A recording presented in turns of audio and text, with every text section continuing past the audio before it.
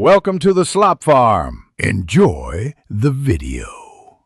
You start by powering the Fanvil and confirming network reachability. Without that, you can't proceed.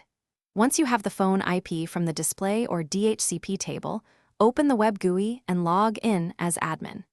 Make sure to check and update firmware now so features match your PBX.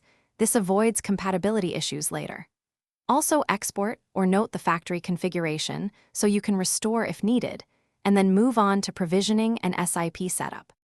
You will now enter the core SIP settings, the server, outbound proxy if used, and the extension credentials. This is the critical routing for calls. Once done, set codec priorities to match your PBX, lower latency codecs first, and configure RTP port ranges. Make sure NAT traversal is correct.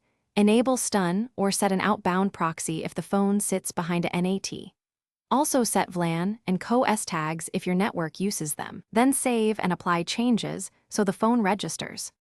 You finish by testing both incoming and outgoing calls, checking one-way audio, codecs used, and DTMF delivery, exercise hold, transfer, and voicemail.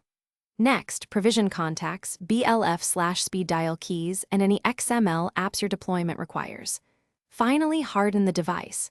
Change the admin password, export the configuration backup, and note firmware and SIP settings. If something goes wrong, the key troubleshooting tip is to